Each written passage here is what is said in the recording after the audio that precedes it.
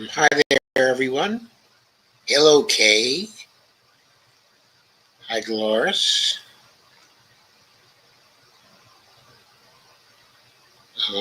Where is Evelina? I don't see her yet. Steve Gonzo says Max Blumenthal, the U.S. is so eager to make India a lead partner in its anti-China Quad alliance that it's refusing to provide it with raw vaccine materials, threatening it with sanctions for buying Russian missiles and sending warships through its territorial waters without prior consent. Now that's diplomacy. Hi, Deborah Wilson. How are you?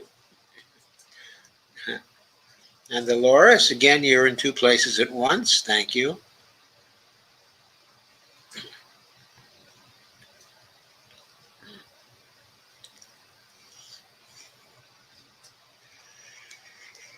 So where is Lana tonight, I wonder?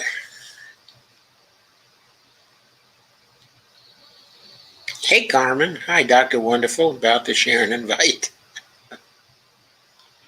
Thank you, Carmen. Okay, I'm going to get rid of the promo now. And I'm going to go to our first piece, which is, I think, quite a good one. It's a medium piece, okay, by Umair Haque, who I occasionally pick up. And he wrote a piece called When We're Vulnerable, We Need Support. Our systems exploit us instead. And the subtitle is The Predatory Principle, or How Our Systems Take Advantage of Us at the Precise Moments in Life we need support the most. And here's a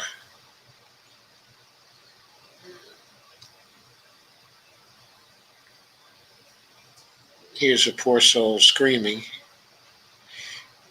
So this was done on April 17th for Medium. There's a weird, gruesome pattern I've noticed at the heart of dystopian American life. To explain it, consider a shocking statistic. Half of all cancer patients in America lose their life savings. Half. Maybe that's unsurprising, but it should still be disturbing.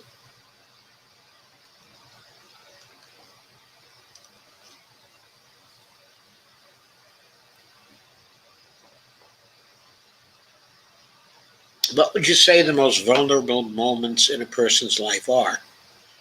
Birth, youth, education, illness, joblessness, aging. That would be my list. And yet, it's at precisely these moments that our institutions and systems prey on us. That is P-R-E-Y. Pull the rug out from under us. Don't just fail us, but work against us. The exact instance of the great turning points in a life when they should be supporting us. That's the grim, consistent, but predictable pattern of life now. That's what I've come to call the predatory principle. Institutions and systems prey on us. At the precise instance, we are most vulnerable, when we need the most support. But instead of supporting us, they take advantage of us, our frailty, our circumstances, our misfortunes, our missteps. They knock us down instead of lifting us up. Whether our healthcare, education, retirement systems, our economic systems, or many more, at critical, often irreversible turning points in our lives when we need to be supported the most. Before I discuss that pattern, let me go back to the example for a moment. Think about the statistic above. It's terrible enough to have cancer. There you are, wondering if you're going to die, how you'll be there for your loved ones, what to do.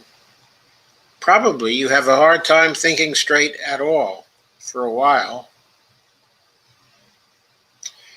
I would know the doctors diagnosed me with terminal cancer for more than a year before the woman, who's now my partner, figured out it was the sunlight that was killing me. Yes, I married her, but I digress. Oh no, I'm reading from this article, okay, by by Ulmeyer Hake.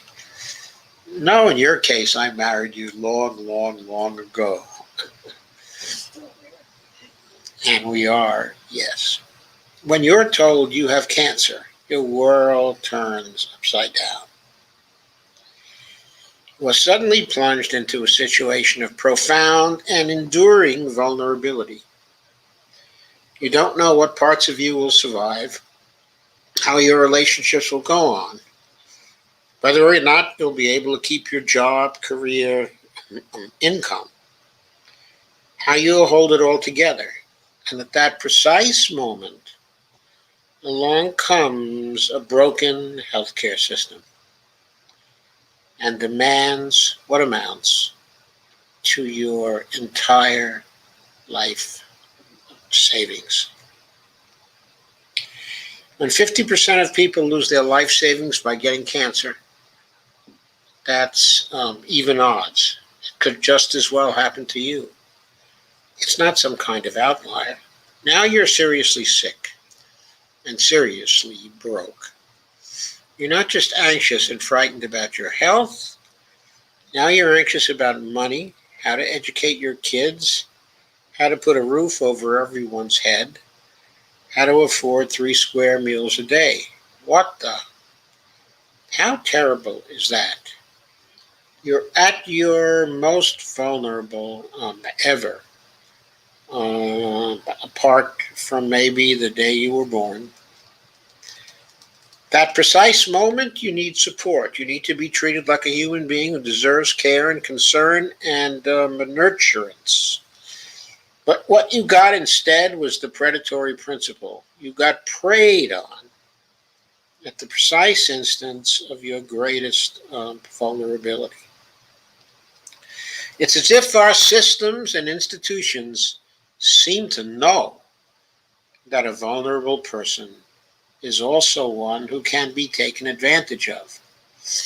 That the more vulnerable a person is, the more they can be taken advantage of, exploited and shaken down and intimidated, just like by a mafia.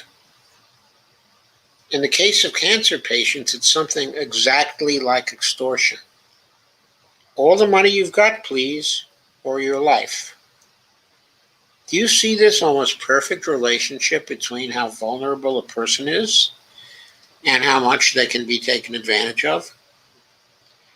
And don't you think it's somehow both morally wrong and socially self-destructive? Let's do another example to make it clear. Can you think of another time in life when people are vulnerable? How about adolescence? Um, uh, um, um, uh,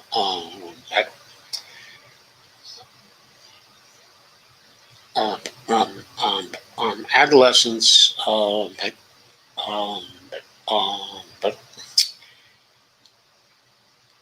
the early part of adulthood. There you are, a young person with stars in your eyes. You want to be a great scientist, artist, philosopher, thinker, entrepreneur. Time to go out and get an education so you can begin making something of yourself. There's only one catch. That education will cost you more than a home. It will indebt you for much of your adult life, unless your parents are rich enough to be able to pay for it. I was very lucky in that respect. My parents were well off enough to pay for my undergraduate school. I did have to work a bit during the summers to help out, but by and large, they took care of me and they did a great thing for me. And I went to graduate school, and fortunately, I had assistantships and fellowships then, and I was able to take care of myself. But they got me through undergraduate school, and I didn't have a penny's worth of debt at that time. I was lucky. See the predatory principle at work again? In adolescence, early part of adulthood, a time of great vulnerability. If you don't get that education, what will you amount to? And so the price has skyrocketed into the stratosphere. Again, there's a clear relationship between how vulnerable people are and how much they're taken advantage of. Should I do a few more examples? Let's rewind that kid who's choosing a college's life. Consider the fact that it now costs $30 to $50K for childbirth, just to have a child. That's about 50 to 100% of average income, annual income anyway. But childbirth is a time of great vulnerability, for the mother particularly. And maternal mortality is still a sad reality, and therefore you want the best care you can possibly get. Yet here again, you can see the predatory principle at work. Here's a vulnerable person. Let's charge them a small fortune. Skip these paragraphs unless you want to continue the example. If you want to get the point, it's below. Perhaps by some small miracle, you have excellent health care, so you have that kid, and it doesn't bankrupt you. What next? Now you have to find childcare. After all, both parents are probably working just to pay basic bills like housing, healthcare, education, and so on, which vastly exceed a single person's income. You're shocked to find the child care costs somewhere north of $10K a year. And that's just for a couple of days a week. Welcome to the predatory principle. Again, you're vulnerable, and so is your kid. And so the costs are out of control. Precisely because vulnerability equals predation. Maybe at the very same time, you've got an elderly parent to take care of. Shudder, good luck. How much is that going to run? Somewhere near the average income, 50 to 60K per year? How is anyone supposed to pay for that and educate their kids? Save a little. Throw in something for retirement and pay the bills. It's flatly impossible. Yet here again, you see the predatory principle at work. A time of great vulnerability, an elderly parent, and Americans are charged serially high prices for their care. Maybe all that begins chipping away at your, quote, credit score, unquote. Maybe you lose your job, disaster at the same time. You miss a mortgage or rent payment. Now what? Now your life is starting to crumble. The, quote, debt collectors, unquote, come knocking. Many court notices are issued. Who will hire you now? And the price you pay for the debt you're already in begins to skyrocket. You're considered a, quote, bad bet, unquote, by the very system that's been taking advantage of you your whole life long. And in the end, it plunges you into bankruptcy, maybe even homelessness, preying on you one last time. At the precise instance of your greatest vulnerability. By now, I think you've gotten the point, so let me put it another way. Our systems and institutions punch us down instead of lifting us up. Why is it that the average American lives paycheck to paycheck now and has precisely zero chance of moving up the socioeconomic ladder, but an almost sure chance of moving down it? Think about what the above really means.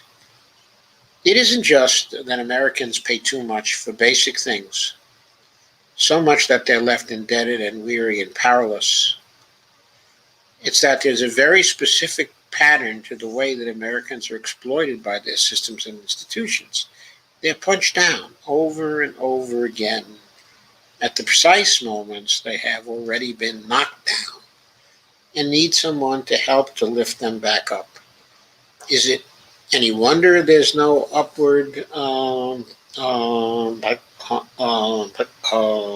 mobility, soaring depression, a sense of fatalism and futility, falling living standards, and an imploded middle when everybody's being punched down at the critical points they need lifting up? Think about it this way. What are the most vulnerable moments in a person's life? Birth, youth, education, sickness, joblessness, aging. Now think of the exact moment in which Americans are made to pay the most. Bankrupted, abandoned, neglected, exploited. Don't those two lists line up exactly and precisely? That's not a coincidence. It's because the predatory principle has come to govern America. It's the true ruling force behind the politics, the machinations, and daily scandals. That is because it's a central idea in American economic and social thinking. Punish people when they're down. Here's the sum total of what the thinking of our elites amounts to. Batter them. Don't better them. How has that worked out? It created an abusive society because the very definition of abuse is to prey on someone when they are most vulnerable instead of supporting them. The challenge of America is undoing and transcending the predatory principle. It's building systems and institutions that don't prey on people, exploit, extort, threaten, intimidate, but support them at their moments of greatest vulnerability, that nourish, nurture, and protect and care for them when they are young, sick, old, frail, or helpless. Because a society governed by the predatory principle has ended up a powerless, declining, collapsing one. But what else did you expect?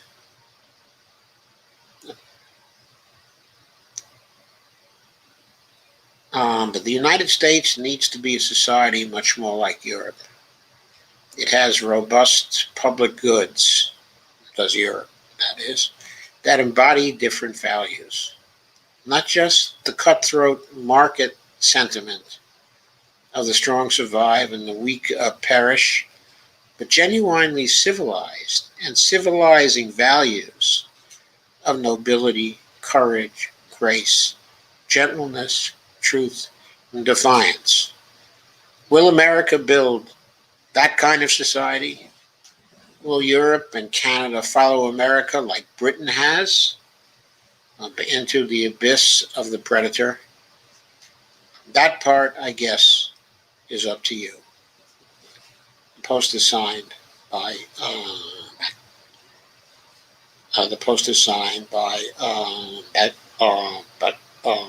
Umar in April 2021. To my mind, that was a great post that really describes America in April 2021.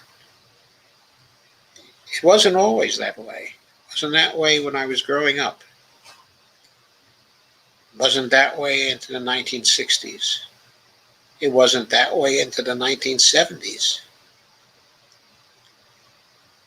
But it's become that way over the last 40 years since the Reagan Revolution.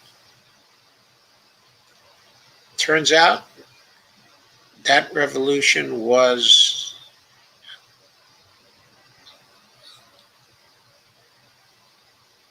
That was the revolution of the predator.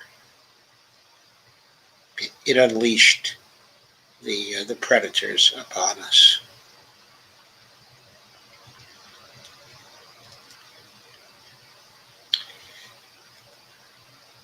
So here come the predators. More of the predators.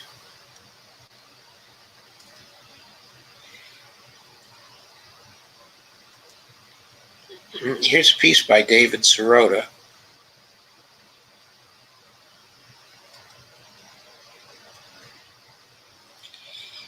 It was done on April 20th. It's from the Daily Poster. Dems somehow pretend this mostly helps the middle class. Dems are wildly lying about SALT tax breaks in the same way the GOP wildly lies about the estate tax. It's by David Sirota and Andrew Perez.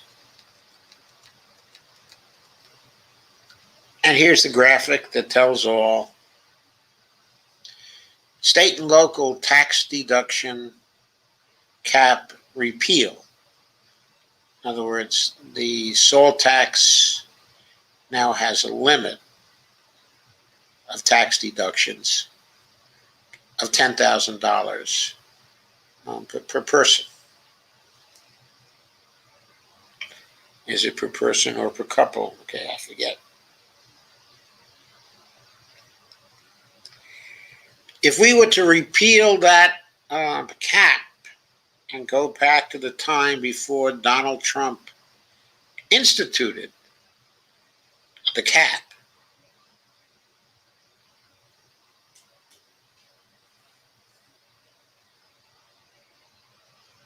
that would give 56% of the benefit from the deduction to the top 1%. 26% to the next 4%. That is 82% of the 82% of the benefit going to 5% of the people, of the taxpayers. Then 14% goes to the next 15%, the 80th percentile through the 94th percentile. They get 14%, okay, of the benefits. And then 4/5 of us, the bottom 80%, get to divide 4% of the benefit. And this is a tax, the repeal of which is being touted by so-called Democrats, one of whom, Joshua Gottheimer of New Jersey, went so far as to say, "No salt, no dice," saying to all who would listen that he would vote against the infrastructure bill if it did not contain a provision to repeal the SALT tax cap. So that's what this piece is about. 7 Democratic governors signed a letter demanding President Biden fully repeal the cap. Among the signatories were a billionaire and 5 multimillionaires, including New York Governor Andrew Cuomo, who was freshly enriched by a lucrative book deal. The gubernatorial moguls asserted that, quote, "but middle-class Americans are struggling under this federal tax burden." I am looking for the middle-class Americans. I guess what they're telling us, is that these days the middle class is to be found in the top 5% of the country. And the bottom 95% is no longer in the middle class, because we certainly are not suffering under the salt tax. I mean, that's the other 95% of us. Gee, I always thought that the middle class was the group perhaps from the 40th percentile through the 95th percentile, maybe, or the 94th percentile. I thought that was the great American middle class. Evidently not, because it's not this group that is suffering under the salt tax, at least not judging from the small amount of benefit they would get from the repeals.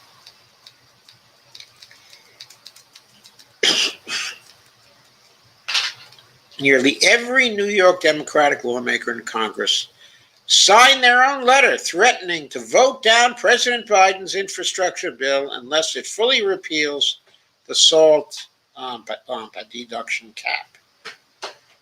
And then came the creation of a whole new bipartisan SALT caucus, a group of lawmakers organized to fight for the new tax breaks. Are these people serious? Notably, members of Congress are not pushing a far more progressive reform of the SALT cap. They're also not pushing to merely raise the cap so that it provides a few more deductions to the lower end of top earners. Instead, they're demanding a full repeal of the cap, which would make sure the maximum amount of deductions flow to the richest sliver, the 1% of the population. They're doing this all while insisting their crusade is designed to restore tax breaks that ensure that New York State middle-class families are not taxed twice on their income, as the New York congressional members wrote. If this rhetoric seems familiar, that's because it's exactly how Republicans dishonestly sold estate tax cuts. In that fight, the GOP has similarly used the middle class as the human shields for tax policy that deliver most of their financial benefits to the super rich. Now, Democrats are using the same tactic to try to morally justify giant tax deductions that primarily benefit the wealthy. So that's it. That's the story. No need to go through the rest of it. It's a good story. I should note, though, that what the Democrats have been doing is fighting for wealthy donors while, without even a whimper, they surrendered the $15 an hour minimum wage that was in the COVID-19 relief bill, when they could just as well have kicked that bill right back to the Senate with the minimum wage back in it. And they could have said to the Senate, we need a conference committee because we're not passing anything that doesn't have a minimum wage hike in it. We're not passing anything. We don't care what your parliamentarian says. Your parliamentarian is your advisor, not our advisor. And we think she's full of crap. That's what they should have done. Biden needed that COVID-19 relief bill quickly. He should have been put on notice that he needed to squeeze Manchin and Sinema and the rest of Biden's cronies a little more because he wasn't going to get any blood out of the poor people and the progressives this time around. That's what they should have said to him.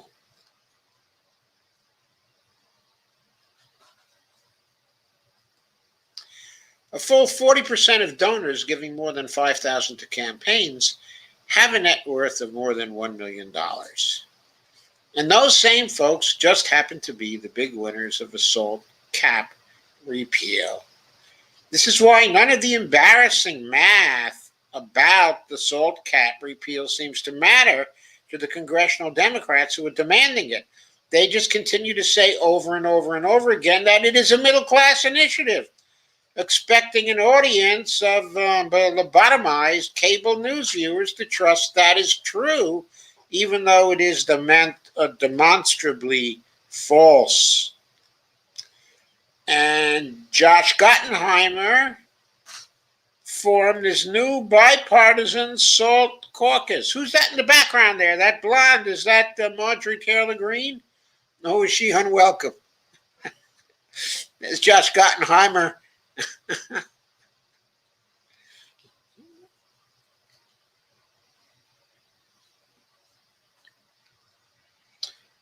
Anyway, they're all standing there fighting for tax cuts for the middle class. You know, the 1% and the additional 4%. A bipartisan group of House members from high-tax states. The repetition of this lie is so incessant and intense that Brookings Richard Reeves has asked whether he can simply program his Twitter account to auto-tweet this chart, quote, every time a House Democrat urges this massive tax cut for the rich. This tax cut for the rich would give the rich more than Trump's tax cut gave the rich. That's how bad this is. That's how bad it is. These same Democratic lawmakers now throwing a tantrum, says Sirota and Perez, on behalf of their affluent donors, refused to issue any similar line-in-the-sand ultimatum for a $15 minimum wage that would have benefited millions of workers. Instead, they reserved the real power moves to demand tax deductions that are absurdly regressive. And that's it. That's the message. Josh Gottenheimer. No SALT, no deal.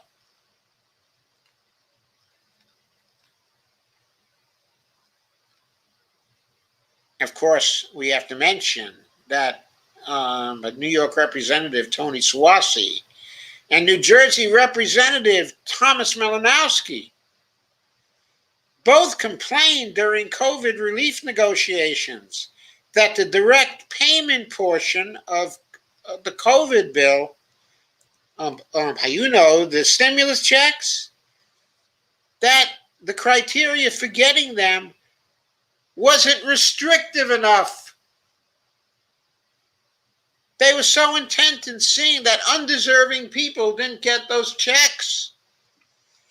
But here they are, giving big tax deductions to the top 5%. Suozzi issued a press release saying no SALT, but no deal. And, of course, Josh Gottheimer said no SALT, no dice. Suozzi was earlier quoted as saying, I would love to see these $1,400 stimulus checks targeted more towards people and less money going to people that are actually working right now. But we couldn't get that. I can't get everything I want. Evidently, he may be able to get this SALT tax deduction.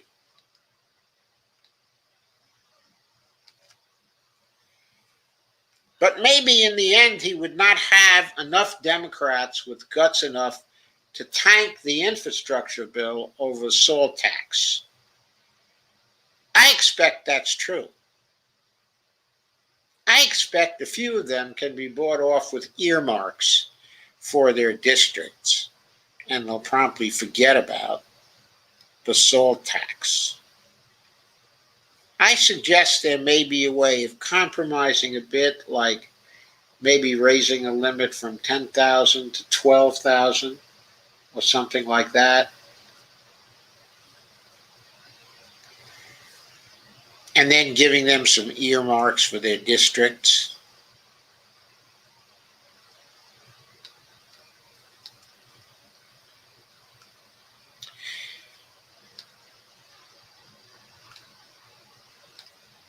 Anyway, there's more on that. But this is really not funny. These people should be kicked out of the Democratic Party right now. Just plain kicked out.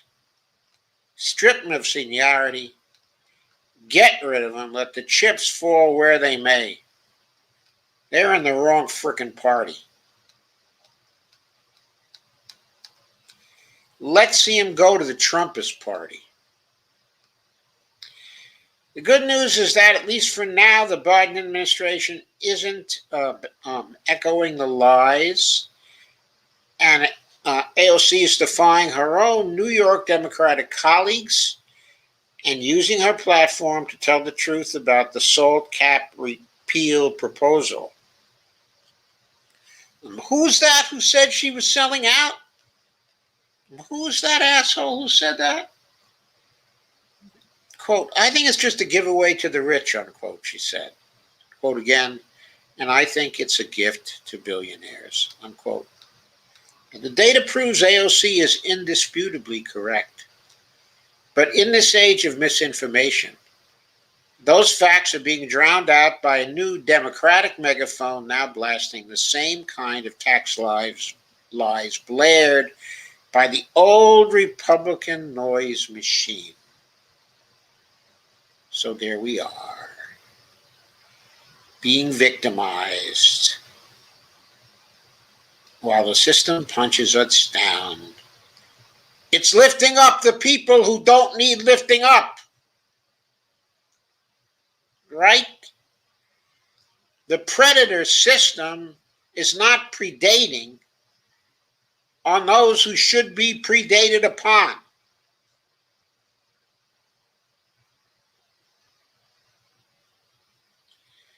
Oops, there I am, picking winners again and losers. Terrible me.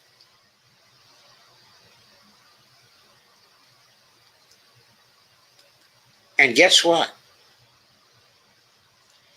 Here's the Democratic Party pay-to-play scheme that keeps corporations in charge of public policy.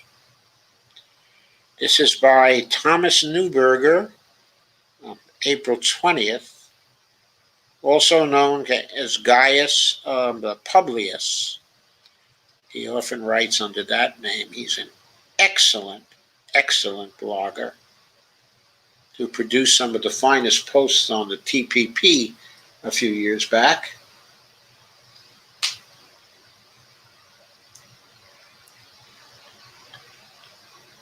And Tom says,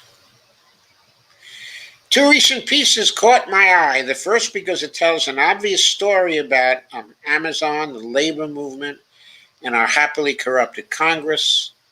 And the second because it reveals the structural why behind our happily corrupted Congress. Bottom line, Congress isn't corrupt because that's the nature of man or political institutions.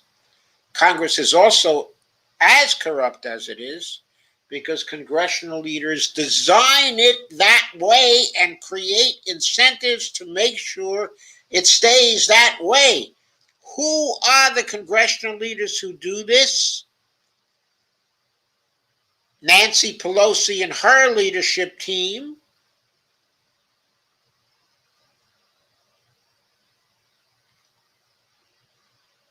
Also, McCarthy and his leadership team. Senator McConnell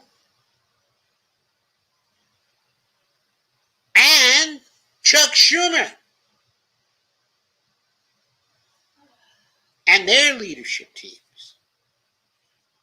They have designed it that way, increasingly that way over a period of years.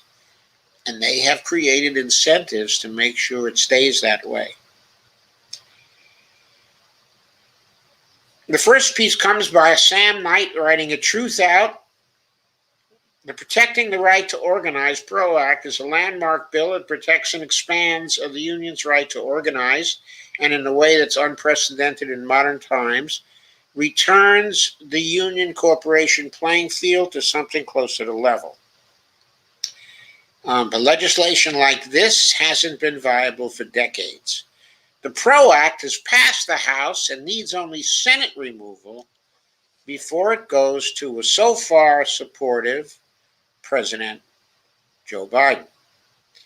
The Senate whip count is 46 Democrats / independents in favor and only 4 opposed. An independent, Angus King, became a co-sponsor on April 15th. Those still opposed to the PRO Act include Mark Warner, Joe Manchin, Mark Kelly, and Kirsten Sinema, since this piece was written. Joe Manchin has come over and has said on a podium with the United Mine Workers Union that he was a supporter of the PRO Act, that he wanted the PRO Act. So technically, there are 47 Democrats in favor of the PRO Act and only 3 opposed now. However, we have to note that the PRO Act is going nowhere as long as the filibuster exists. And Joe Manchin has not renounced his opposition to keeping the filibuster intact. The other holdouts are Mark Kelly and Kirsten Sinema, of Arizona.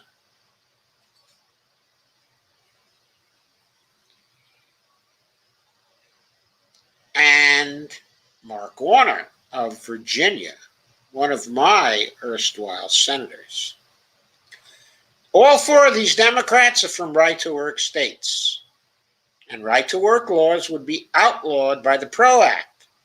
So corporate proponents of those laws are naturally applying as much pressure as they can to keep their sweet deal going. Pressure, quote-unquote, often means money. Of course, the filibuster is likely to be deployed by Senate Republicans, unless the filibuster is removed, which is where Biden's questionable support comes in. But if that happens, those 4 Democrats are all that stands between primal corporate fears and landmark legislation for the unions. With this in mind, consider the flood of contributions coming to Mark Warner. And he quotes this piece of Knight's from Truth Out, Sam Knight's piece, from Truth Out, without going through the gory details.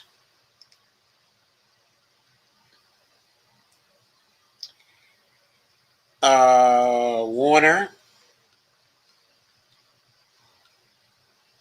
has received lots and lots of cash from Amazon executives who have established one of their eastern headquarters here in Virginia.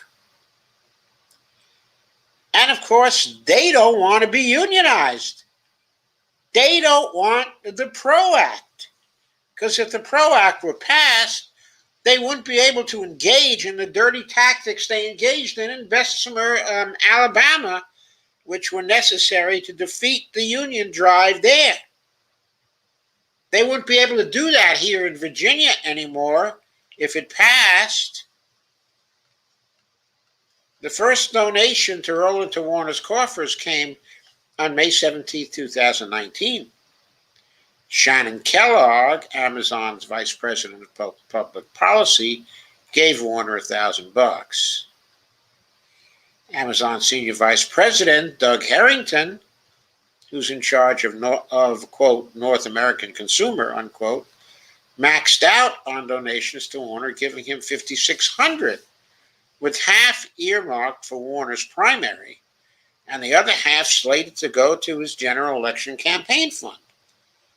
Warner was not facing a primary opponent at the time of the gift. He never would. This was in 2019. His primary contest was canceled altogether. 3 days after Harrington's money came, Warner's campaign was blessed with $2,800 from another vice president of public policy, Brian Huseman, who was described by CNBC as a top lieutenant to Jay Carney.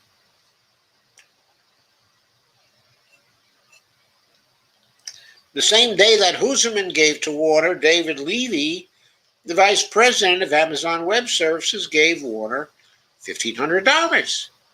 6 days later, on May 30th, 2019, Jay Carney himself, who's the political director of Amazon, you recall he used to be press secretary,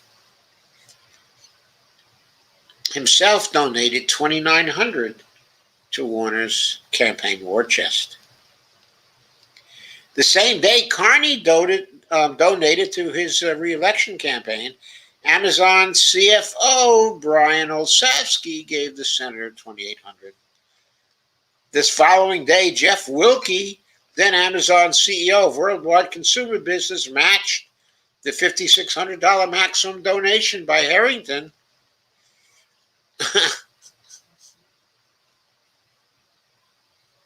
David Clark, who now holds Wilke's old position, gave Warner the $5,600 maximum. The 3-week flower watering left Warner, who had no primary challenger and wasn't facing a competitive general election opponent, with $27,800 from the top tier of Amazon's corporate structure.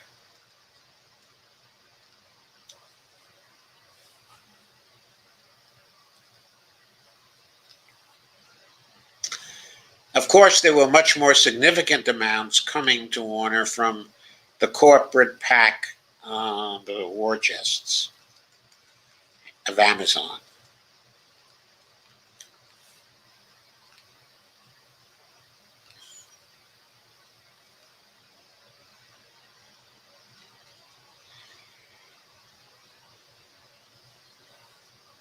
But, says Tom Neuberger, Democrats in Congress aren't this corrupt because humans are easily corrupted. They are this corrupt because the party forces them to collect corporate cash as fast as they can if they want to rise to party leadership or keep seats on key party-controlled committees. From a hard-to-find 2011 Washington Spectator article by Thomas Ferguson, and there's a link to that article, in an archive. On Democratic Party systemic corruption, we find this, quote, under the new rules for the 2008 election cycle, the DCCC asked rank and file members to contribute $125,000 in dues. Rank and file members are the House candidates, the House incumbents, and those running with party support. And to raise an additional $75,000 for the party. Some committee chairpersons must contribute $150,000 in dues and raise an additional $100,000. Members who sit on the most powerful committees, say Richie Neal, must contribute $200,000 and raise an additional $250,000.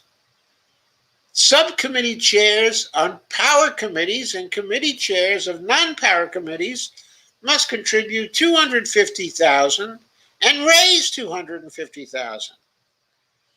The 5 chairs of the power committees must contribute $500,000 and raise an additional $1 million. I'm sorry, I underestimated the amount of money that Richie Neal was going to have to raise, because he was certainly one of the 5 most powerful chairs in the House. The 5 chairs of the Power Committee must contribute $500,000 and raise an additional $1 million. They got to pony up $1.5 million to the party. Steny Hoyer, the majority leader, and James Clyburn, who was the majority whip back then, and who still is, and Democratic caucus chair, who was Rahm Emanuel at that time, and who is now Hakeem Jeffries, must contribute $800,000 and raise $2.5, God bless you, honey, and raise $2.5 million. The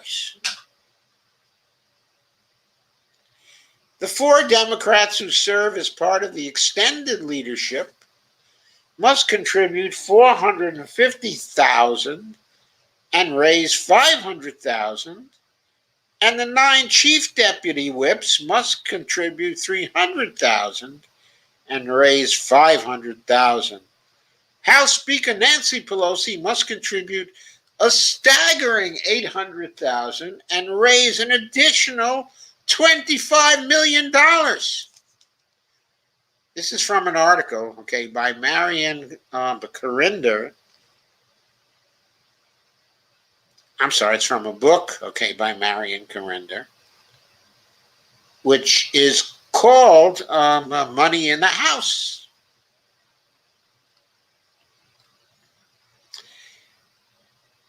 Tom Newberger continues. House Democrats are running a pay-to-play scheme entirely out in the open. And no one is exempt. Each House member, even the youngest of the freshman class, are instantly on the hook to the party for $200,000 to be paid either immediately or on the installment plan. The price goes up for subcommittee chairs, of which there are many. These people must contribute $250,000 or lose their modestly elevated positions. To move to the level above, that costs House members $500,000. The Power Committee chairs are on the hook for $1.5 million. That's over $1 million raised just for the party.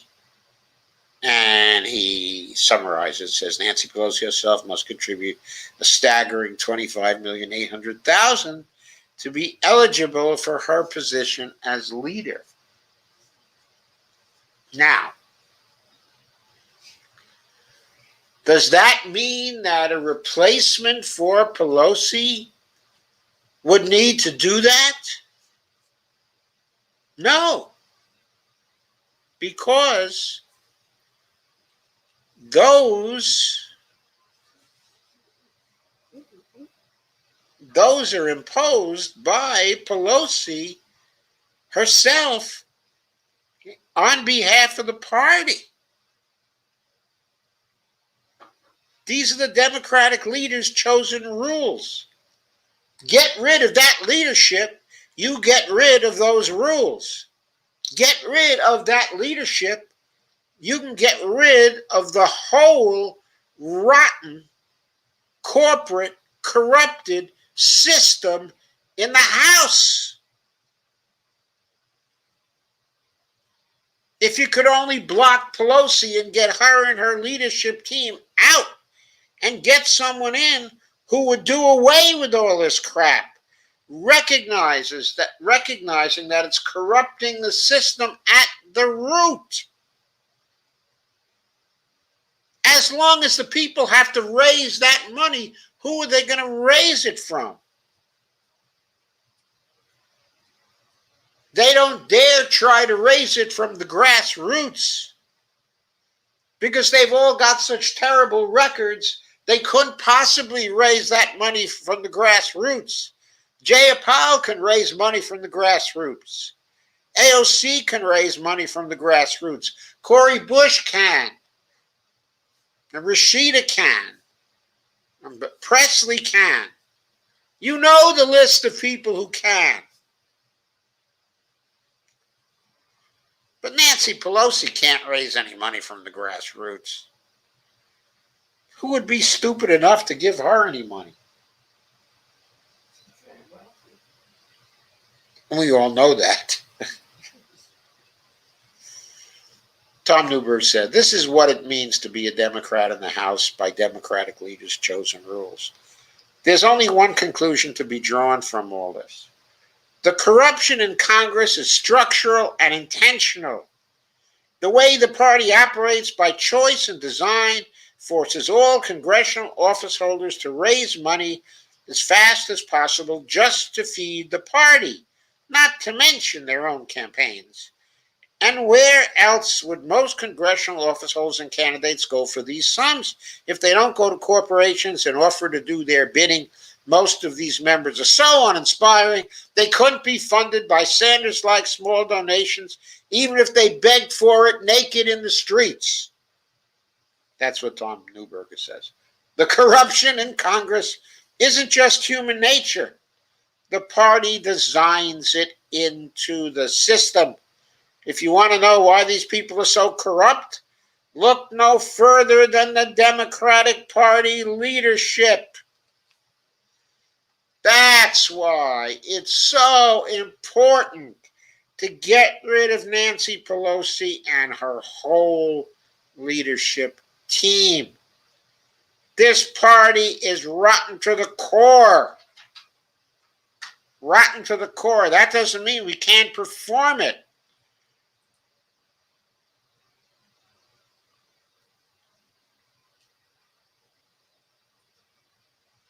But the snake rots from the head. That's what.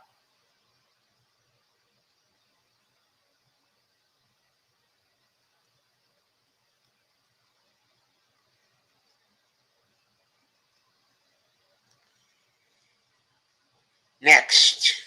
This is so inspiring, isn't it? Truly inspiring.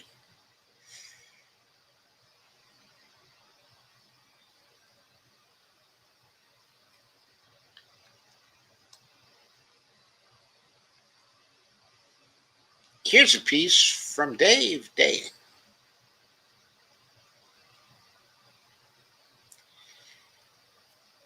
The first 100 column on April 21st. The stymied Biden racial equity agenda. Picture of Black Lives Matter rally outside the state capitol in Columbus after the killing of a black woman by police on Tuesday.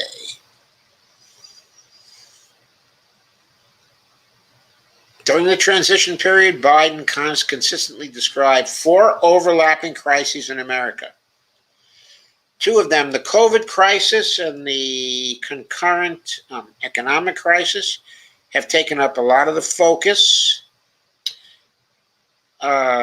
since Biden took over, with the American Rescue Plan and the successful vaccine rollout. The economy is poised for takeoff, and we're going to hit 200 million shots under Biden this week. We're going to run out of willing vaccination subjects soon, and I'm mildly concerned about vaccine hesitancy, says Dave Dayen. But contracting COVID is 84% effective in preventing the virus. That's a better efficacy rate than the Johnson & Johnson vaccine, and that puts us much further along towards herd immunity than we realize. If we're only looking at the first 100 days through the lens of those 2 crises, we'd give Biden pretty high marks. He identified two others, however: the climate crisis and the racial equity crisis. We're going to handle climate tomorrow on the kickoff of the Earth Day Summit. And you all know how that came out. But how is Biden dealing with race? The Biden team will tell you that racial equity is built into everything they do. But yesterday was a high-profile test as the Derek Chauvin verdict came in. Biden spent the first part of the day telling reporters that he was praying the verdict is the right verdict, unquote, and that the evidence was, quote, overwhelming in my view, unquote. The jury was already deliberating at this point, but in general, presidents should not opine on unresolved criminal cases. It was a rare moment for a fairly disciplined White House, although I wouldn't guarantee that it was unscripted. After the verdict, Biden made televised remarks. Started, as you'd expect, identifying the systemic racism that the murder of George Floyd highlighted, and calling the accountability for Chauvin a, quote, step forward, unquote. Then he talked about how to prevent the situation of black and brown families fearing their life in routine interactions with police. Quote, and this takes acknowledging and confronting head-on systemic racism and the racial disparities that exist in policing and in our criminal justice system more broadly, unquote. So what were the commitments Biden made? Well, he used the speech to argue for the confirmation of Vanita Gupta and Kristen Clark, who would take the number 3 position and the head of the Civil Rights Division at the Justice Department, respectively. But Gupta's likely to need Kamala Harris's vote to break a 50-50 tie in the Senate for confirmation. That was not necessary, as it turned out, though Harris was ready to go if necessary. And Clark might as well. I don't know what's happened with Clark since that time. Republicans have tried to characterize them both as radicals. Of course, they're not. Next, Biden called for passage of the George Floyd Justice in Policing Act, which passed the House last year but has never had a chance in the Senate. Vice President Harris, who co-authored the bill when she was in the Senate, also stressed this in her remarks, but unless the filibuster goes away, that's not becoming law, and even then it's a coin flip. So that's another important law, a very important act that cannot be passed with the filibuster there, that Joe Manchin and Kyrsten Sinema and the rest are standing in the way of right now. And this isn't even a transformative bill, says Dave. It allows for more state and federal oversight of police departments, restricts but does not end qualified immunity, mandates body and dashboard cameras, prohibits chokeholds and no-knock warrants, and attempts to end racial profiling and restrict use of deadly force. But Derek Chauvin was wearing a body camera, and New York State had banned chokeholds 2 decades before Eric Garner was murdered. Quote, if these things worked, they would have worked already, unquote, our Alex Salmon wrote last year. Alex Salmon is another writer for the American Prospect. Of course, the fact that a young black girl was killed in Columbus, Ohio, while the verdict was being read speaks to this. I believe that was the shooting, of Mackay Bryant. I would like to see an end to the transfer of military equipment to police departments, which is in the bill. But Biden has the ability to end that himself by banning the transfers under the 1033 program. Though an executive order to that effect, which President Obama enacted in 2015, was expected in the first week of Biden's presidency, he didn't follow through. In the first quarter of 2021, the military sent $34 million in equipment to local police, arming them to the teeth and continuing to allow them to present the impression of a foreign occupier to the, and I'll add, to the cities and states they're supposed to be serving. This is the larger point. What Biden says he wants to do legislatively probably can't happen. And what he can do on his own hasn't happened. He will be able to get his personnel in place, just barely, and they can be more aggressive on civil rights. They can open investigations into police departments, as Attorney General Garland just announced in Minneapolis, and use consent decrees to force changes. But the police departments who saved the 1033 program clearly have the president's ear. And years of technocratic nudges during the Obama administration did not really change the trajectory of policing. So what are we left with?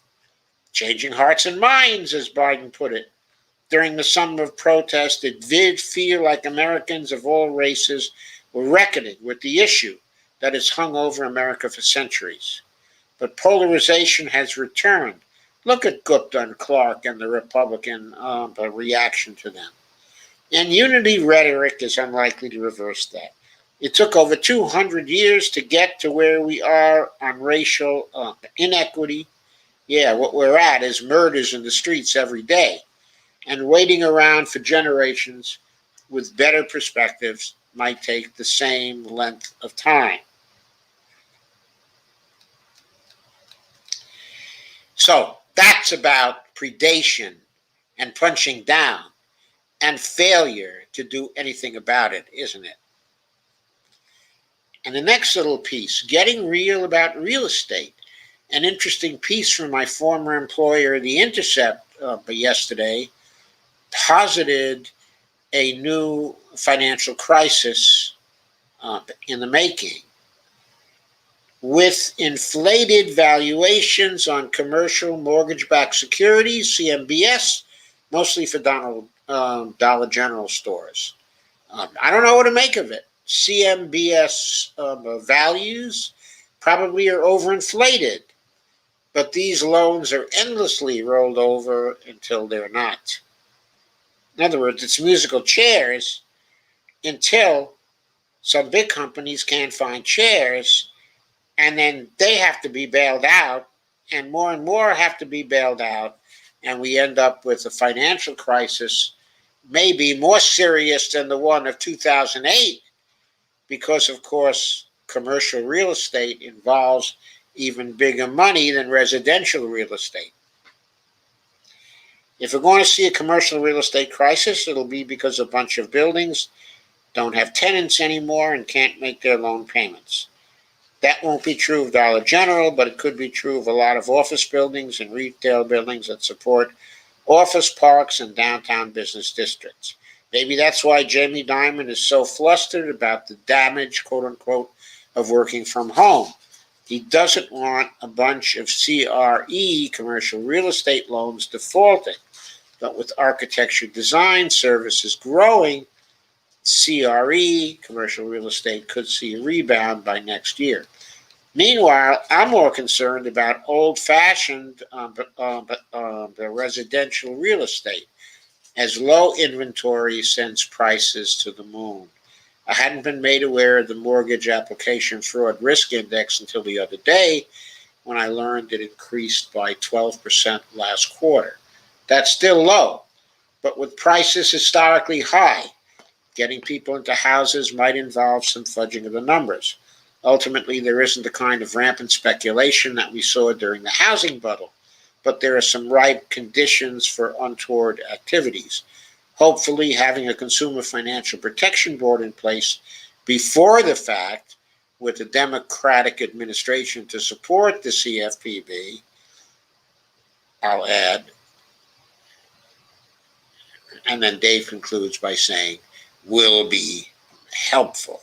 Yes, I too hope that it will be helpful.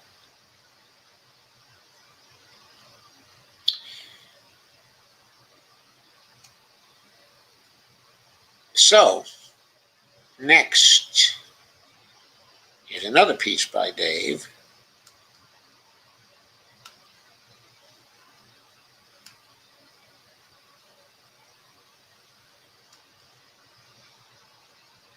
And don't forget healthcare.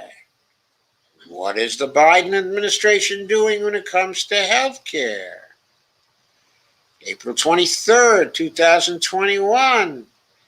There's Jill doing something PR.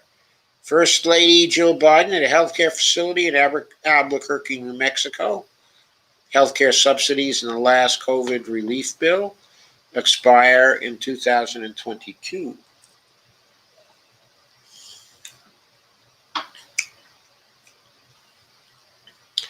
Parts of the American Families Plan, the second half of the Biden infrastructure package, are trickling out. The idea was that the American Jobs Plan was about the physical infrastructure of the country, and the American Families Plan was about the infrastructure people need undergirding their lives to make them succeed. In other words, the part that would lift them up and help to end the predation.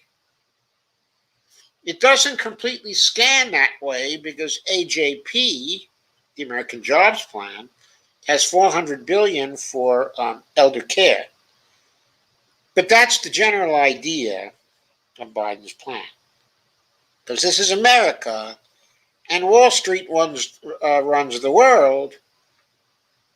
So far, the American Families Plan, the AFP, which will be announced at Biden's joint address to Congress next week,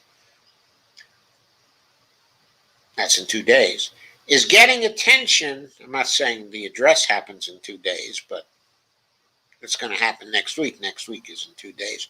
Actually, it's tomorrow, isn't it? Is getting attention mostly for the revenue offsets, namely the near doubling of the capital gains tax for people making over $1 million, about 1/3 of 1% of the population, added to a surtax on investment from the Affordable Care Act. The top rate for capital gains would be 43.4%. This was always one of Biden's campaign promises. Here's an analysis of the plan, and Dave links to that analysis from July 2019. But it certainly revved up investors who tanked stocks and warned darkly of hurting competitiveness, quote unquote. We don't really have a competitive economy for reasons wholly unrelated to capital gains, and stocks aren't really how companies gain the money to invest anyway. Biden wisely understands that you must attack capital rents if you're going to deal with inequality.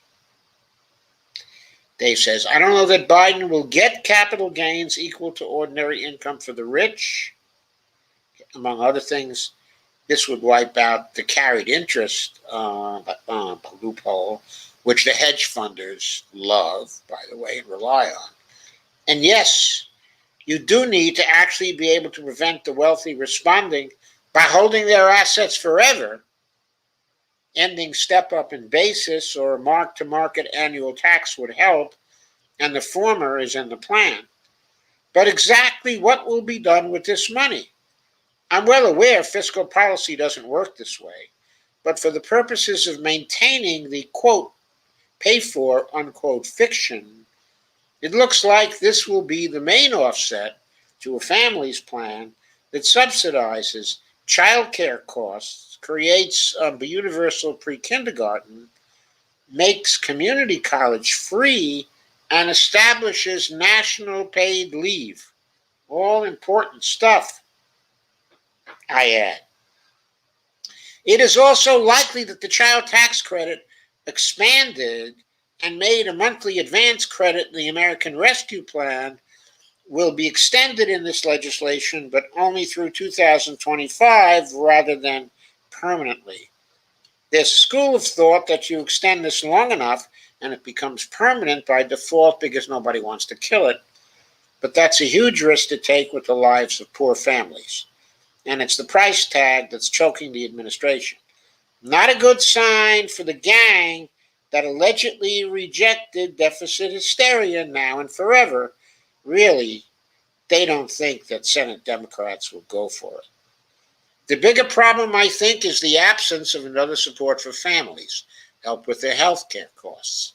Quote, and don't forget health care, unquote, was the final piece of, quote, it's the economy stupid, unquote, slogan that powered Bill Clinton to victory in 1992. It came from James Carville, who ran Harris Wofford's surprise win in a Senate special election in Pennsylvania in 1991 after the death of John Hines.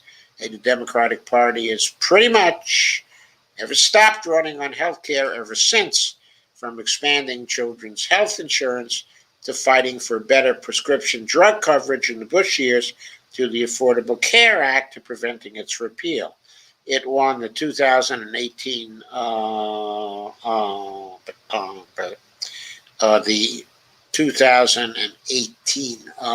midterm elections for Democrats. It was part of Biden's campaign, too, where he promised first the public insurance option and then expanded subsidies for exchange coverage. Okay, the letter did get into the American Rescue Plan, but only on a temporary basis for 2 years. White House officials have reportedly decided to defer health care changes out of this package and into a later bill, as it's difficult, not impossible, to pass anything in an election year, and the makeup of the next Congress is unknown. That risks allowing the affordability protections in place to expire. Drug pricing, meanwhile, has been something with bipartisan interests for years. And a bunch of the bills Democrats thought they could get done in the last Congress were reintroduced this week. All these save money to the government and offer a way out of all the tax raising. But if there's going to be one big infrastructure bill, and with all the pain and wrangling that comprises splitting it into three, the American Jobs Plan, the American Family Plan, and now this American Healthcare Plan, I guess, just makes it more likely that whatever second or third never happens. The Republican counteroffer that only deals with the first part in an underweighted way makes that more likely, quote, and don't forget healthcare, unquote, is good advice. What else about healthcare to not forget? Of course, the president has a healthcare agenda. It's called vaccinating the country. That has experienced turbulence with a clear bend point in the per-day average over the past week. The lack of Johnson & Johnson shots after the pause could be a factor. That's likely to end today, as the vaccine will be restored with a warning label. The bigger issue is that Emergent, the factory where some J&J vaccines are being produced, is fatally flawed with risks of cross-contamination beyond the 15 million doses already tossed out. Emergent is a big-time government contractor, an example of how contracting oversight really matters, and private sector partnerships don't always work. But it really sets back J&J, which administration officials are now writing off. The bigger problem is that the country is running out of willing participants in vaccination. Hesitancy, which some claim is due to the J&J pause, though I'd argue that was a no-win situation, is the main challenge on the road to normalcy. And any effort to improve healthcare must find a way to get reluctant people interested in the shot. A tax credit for companies who give workers time off for vaccination just doesn't seem like a killer app to me. Donald Trump loudly endorsing vaccination helps a bit more. But there's more to life and even more to COVID than vaccination. I want to know what the government is prepared to do with all these long haulers who not only experience COVID-related symptoms for months or possibly years, but are at risk for other chronic medical conditions, according to a new study in Nature. That's the magazine Nature. These increases in needs for outpatient care and long-term, even lifelong medical problems is going to have to be dealt with somewhere in our fragmented medical system. We need a Zadroga program for COVID, what I called last June Medicare for coronavirus to deal with lung and heart and liver damage from people who have contracted this disease. Insurance companies will offload these costs through higher premiums. It will be much cheaper for everyone to have a public program take care of these people. I haven't seen a single proposal along these lines. It's beyond time to do it. And I have to completely agree with Dave on that. And it was very prescient for him to suggest it, to propose it, okay, in this instance. So, he's trying to say no pushing down, no predation. Don't allow current conditions that entail the predation to remain. Put the infrastructure in to stop the predation, the human infrastructure. That's what he's saying. And that's what the Biden administration is having trouble doing. It seems to want to do these things to some degree. But the question is, will it fight for these things? And here is some more predation. Right now, though this is in another realm. This comes from the Postal Service and your friendly Louis DeJoy. The Postal Service is running a, quote, covert operations program that monitors Americans' social media posts. This is by Jana Winter from Yahoo News. Actually, I picked it up in reader-supported news on the 22nd of April, 2021. The law enforcement arm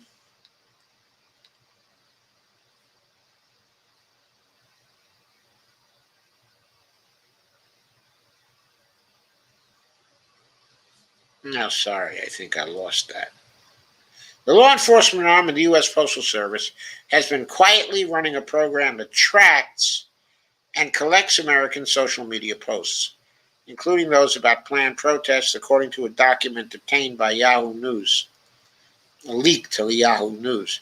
Details of surveillance effort known as ICOP, or Internet Covert Operations Program, have not previously been made public. The work involves having analysts trawl through social media sites to look for what the document describes as, quote, inflammatory, unquote, postings.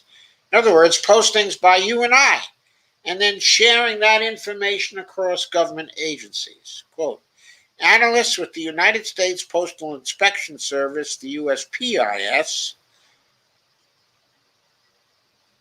Internet Covert Operations Program, ICOP, monitored significant activity regarding planned protests occurring internationally and domestically on March 20th, 2021. It says the March 16th government bulletin, marked as, quote, law enforcement sensitive, unquote, and distributed through Department of Homeland Security's fusion centers. Quote, locations and times have been identified for these protests, which are being distributed online across multiple social media platforms to include right-wing leaning Parler and Telegram accounts, unquote. A number of groups were expected to gather in cities around the globe on March 20th. I wonder what happens on May 1st when everybody wants to gather. Around the globe on March 20th as part of a worldwide rally for freedom and democracy to protest everything from lockdown measures to 5G. Quote, Parler users have commented about their intent to use the rallies to engage in violence. Image 3 on the right is a screenshot from Parler indicating two users discussing the event as the opportunity to engage in a, quote, fight, unquote, and to, quote, do serious damage, unquote, says the bulletin. Quote, no intelligence is available to suggest legitimacy of these threats, unquote, it adds. The bulletin includes screenshots of posts about the protests from Facebook, Parler, Telegram, and other social media sites. Individuals mentioned by name include one alleged Proud Boy and several others whose identifying details were included, but whose posts did not appear to contain anything threatening. ICOP analysts, this is a quote from the bulletin, which says, quote, ICOP analysts are currently monitoring these social media channels for any potential threats stemming from the scheduled protests and will disseminate intelligence updates as needed, unquote, the bulletin says. Anyway, you're getting the picture.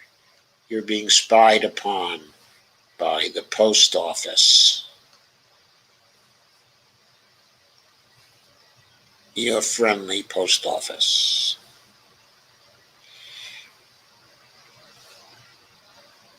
One University of Chicago law professor, Jeffrey Stone, who was appointed by Obama to review the National Security Agency's bulk data collection in the wake of the Edward Snowden leaks, said, quote, I don't understand why the government would go to the Postal Service for examining the internet for security issues, unquote.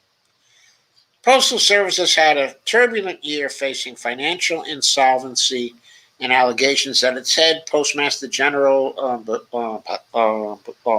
DeJoy, who was appointed by President Donald Trump, was slowing down deliveries just as the pandemic vastly increased the number of mail ballots for the 2020 elections. Why the post office will now move into social media surveillance, which would appear to have little to do with mail deliveries, is unclear. Quote, this seems a little bizarre, agreed Rachel Levinson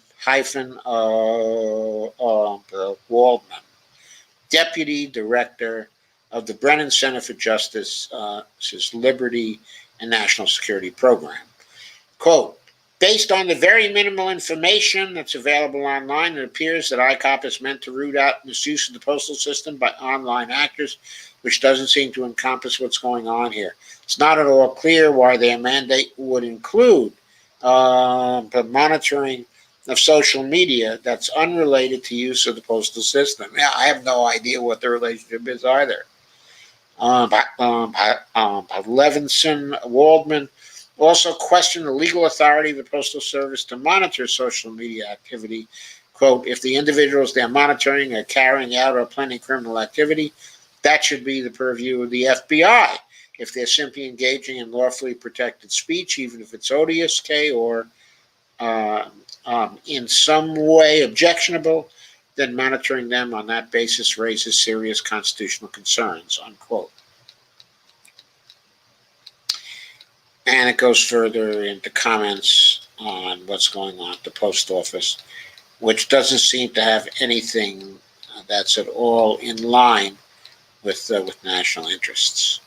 So I'm going to end on that particular note. I ran out of time to cover one last thing that I intended to cover. I'll just tell you what it is. It is a piece from reader-supported news, which they picked up, I believe, from CNN. Yeah, from an article Bernie Sanders did for CNN Business Perspectives. This was dated 22nd of April, 2021. And it's about how to raise trillions without hiking taxes on working Americans.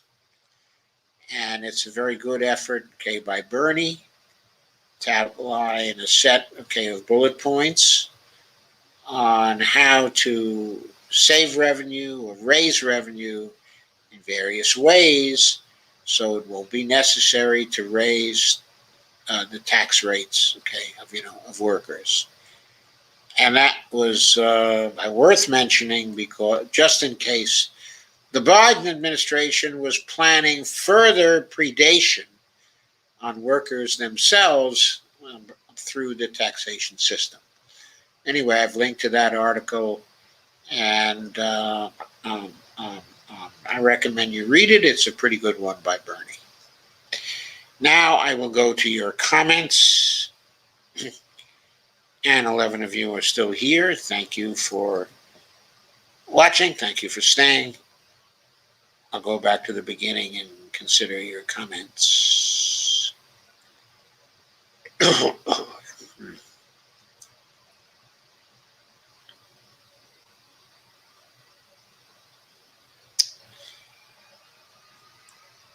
And Kay says, shared. Dia Swift said, made it. Hi, friends. I'm hooked now. Trying to make it whenever I can. Even on Saturday night. Such a refreshing live stream. Kay says, predatory principle. Good term. Evelyn says, laugh out loud. Hi, Kay. Hi there, Evelina.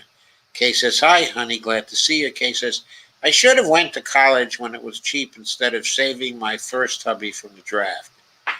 But that biggest mistake that I made in my life. Well, who knows, Kay? You might have saved his life, you know. Lana says, hello all, sharing to Twitter, eating my dinner. Hey, Lana. Kay says, was on the honor roll my whole time in school. Who knows? You could have been an MMT economist today, Kay. Steve Gonzo says, predatory principle, no conscience, no empathy. We can talk about why they ended up that way, but first we have to bring them to heel. Yeah, them mad dogs. Have to bring them to heel.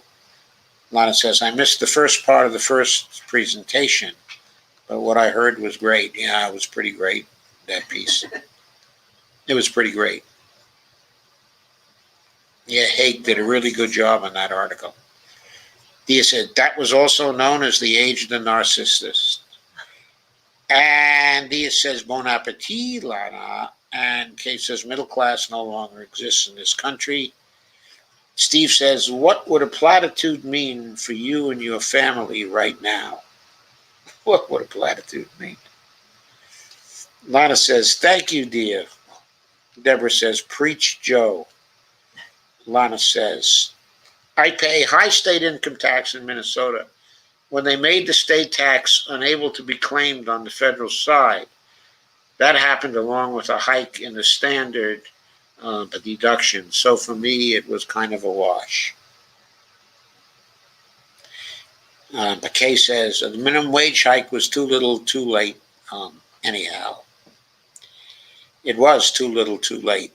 But it was the start of something, getting them to vote again for minimum wage hikes.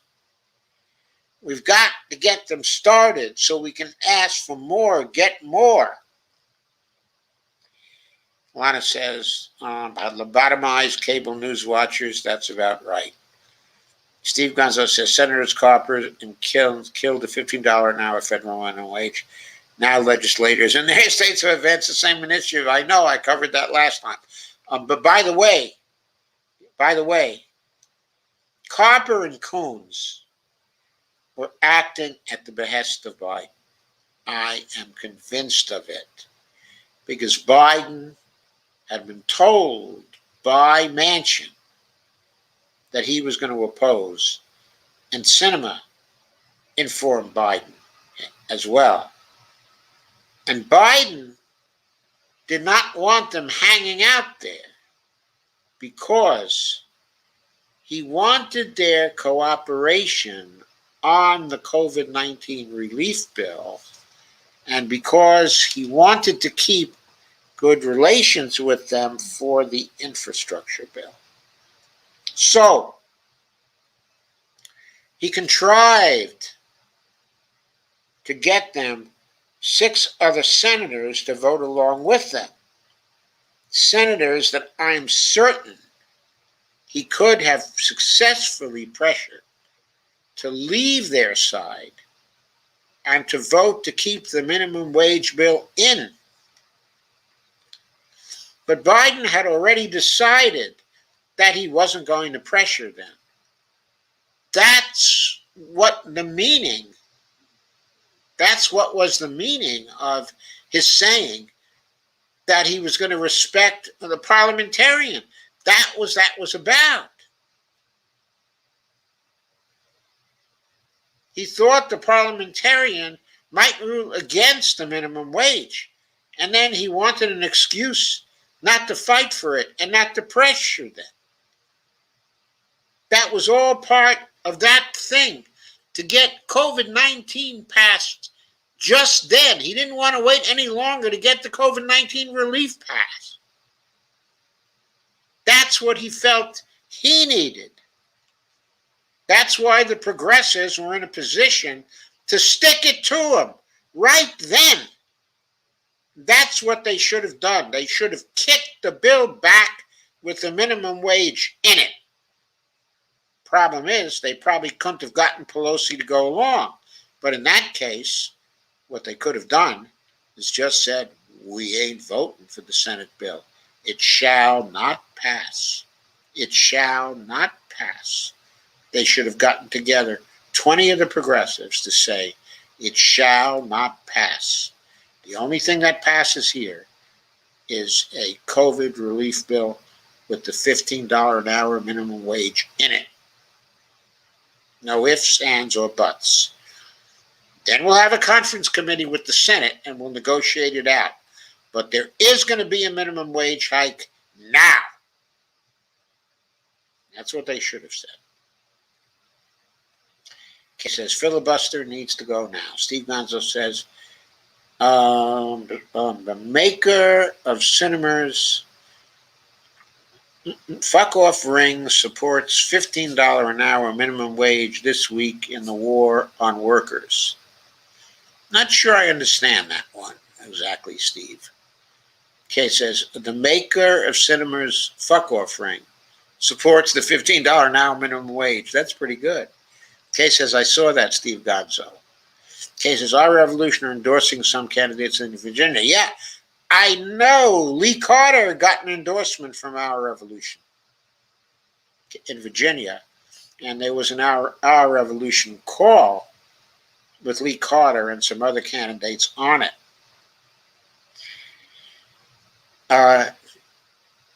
We will most probably, I at least, will most probably vote for Lee Carter in the primary. When I see a politician behind a podium, I instantly get a compelling urge to throw a shoe. Evelina says it must be contagious. Lana says, Jay Carney, White House press secretary for Obama, now with Amazon. Another neoliberal tool. Okay, says the corruption in both parties in this country is beyond belief. Most voters have no idea. Kay says, I really had no idea how bad it was until I joined this group. Evelina says, and they don't want competition. Dia says, too bad the squad and the new squad didn't get rid of Pelosi not too long ago. They made a big mistake. They should have gotten rid of her on January 3rd. Dia says, you're welcome, Lana. Steve Gonzo says, Tara Reid, Joe Biden never exceeded my expectations. Dia Swift says, I wish Pelosi would sacrifice her seat for the public purpose. Yeah, I wish she'd go home to her grandchildren. I would like to see, and her she's probably got great-grandchildren now. Should probably go back to them too. I would like to see Biden's bills passed, but I'm not holding my breath until they get rid of the filibuster. He's not the president I wanted. Do tell, Kay. Do tell. Evelina says, as regards, there is no mortgage fraud in my world. We are audited all over the place. Not sure where that fraud is going on. Must be smaller shops with less oversight. Hopefully, Lana, hopefully. Steve Gonzo says, on a Zoom town call, AOC praised Biden, says that he has, quote, definitely exceeded expectations and claimed that, quote, the actual conduct of the administration has absolutely been in good faith, unquote. Yeah, she did do that, but on the other hand, she did attack the SALT deduction, didn't she? And very straightforwardly and very helpfully. Lana says, please remind me again, what is mark to market? When you mark something to market, you give that thing, you fix the accounting so that it is valued according to its market value. Okay, and not according to the price that it was paid for some time ago, or the price some fictitious price that it's supposed to be worth now. Instead, what you do is you set its price at the market value. That is what mark to market means. Kay says progressives are trying to push him left, I guess. Of course they are. That's their job. But they haven't been very forceful about it. Lana says, James Carville can't stand him anymore either. Old snakehead. Steve Gonzo says, by pulling us right. Not pulling us right at all. Terry says, forget the right or left. We're going to green independent in Congress 2022. I hope so. Terry Cook says, 66% Marines say no to the vaccine. Stupid guys. Evelina says, Steve Gonzo. Thank you, Steve. Ha ha. Steve says, deputy black man talking on phone says, quote, he's got a gun to his head. Shoots him 6 times.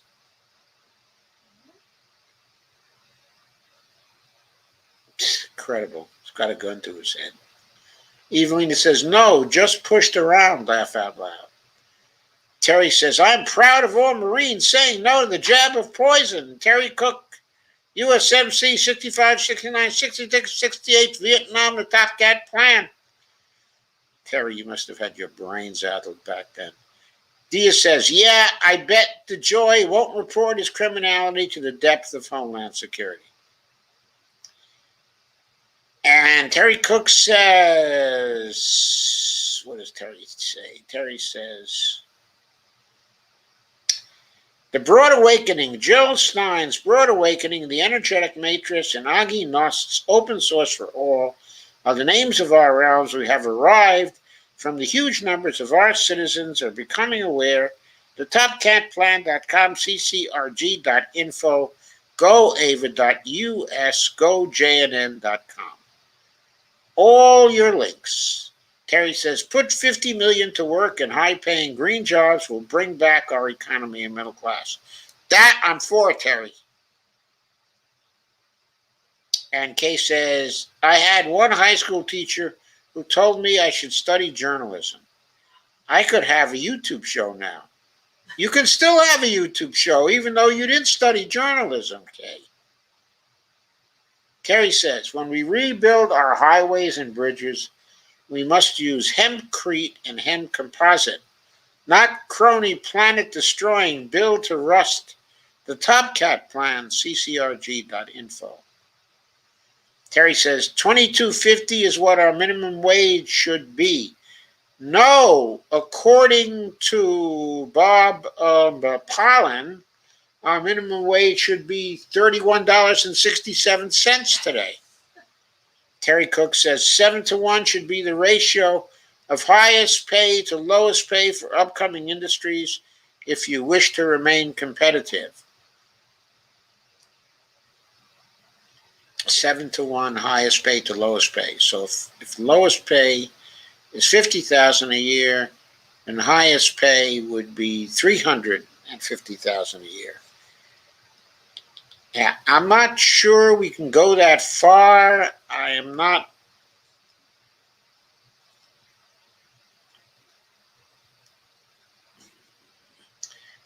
don't think that is electorally a winner.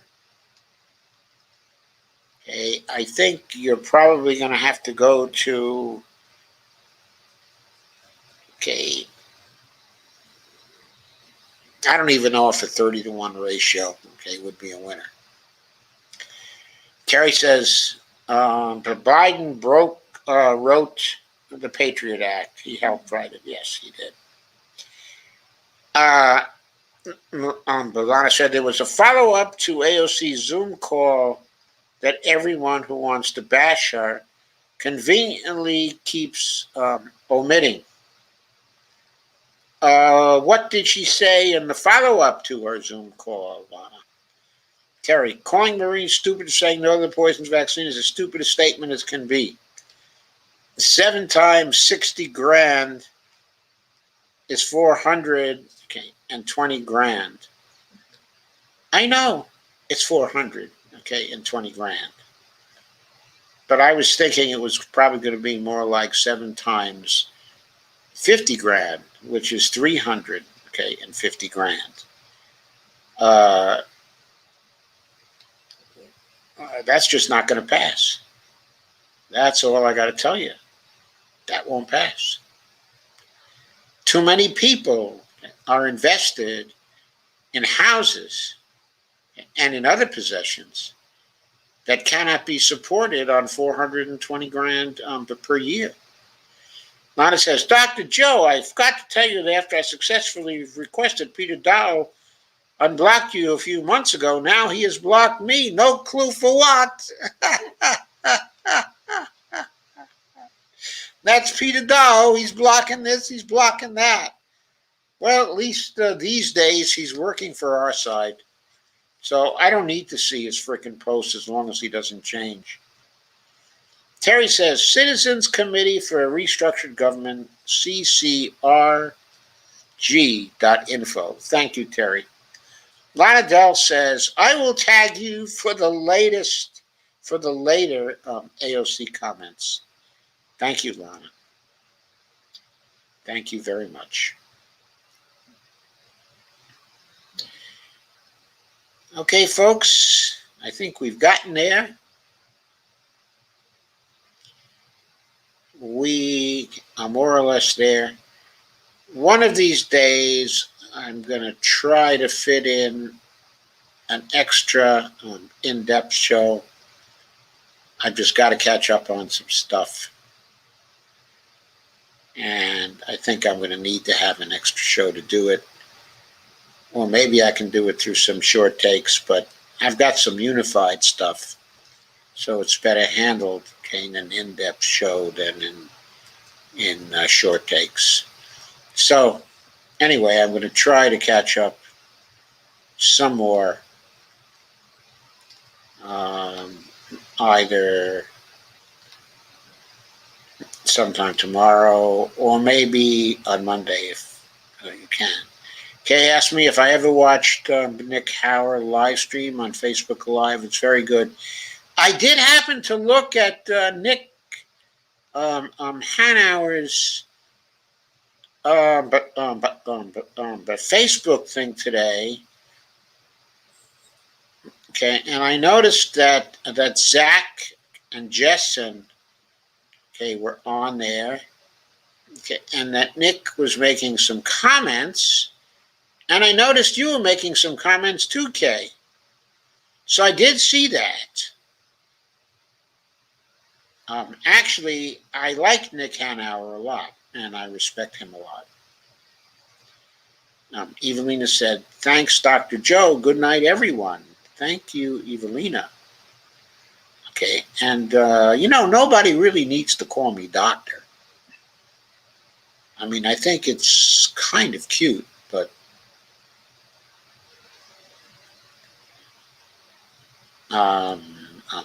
I really do prefer that you call me Joe. Solana said, still need Sandra Feist and vacate the chair too. Yes, I do. I do. I'm going to contact Sandra soon and try to get her to come on. And one of the things I'll tell her is that you, our constituent, suggested that we can have a great conversation. So Terry says, you got there with a good production, except calling my fellow Marines stupid for not taking the vaccine. I'm sorry, Terry. I really believe that. I really believe the vaccines work and that there's very little risk in taking them. And I believe the decision not to take them is an irresponsible decision. Now, I'm not about to force people to take them. But my opinion is that this is just pure stupidity, Terry. Pure stupidity. No ifs, ands, or buts. Terry says Pitchfork on economics. Yeah, Pitchfork Economics is the title of Nick Hanauer's stuff. Nana says, I like Nick H., but they insist on tethering federal spending with federal taxes. Yes, I don't like that either. And also, isn't Nick for a basic income as well? Steve says, fight night. Out. Dolores says, thank you and good night all. Kay says, great discussion. Thank you, Joe, and all. Love you all. And we love you too, Kay. And bye, everybody. Have a great night. Okay, and have a great weekend. I will try to catch up.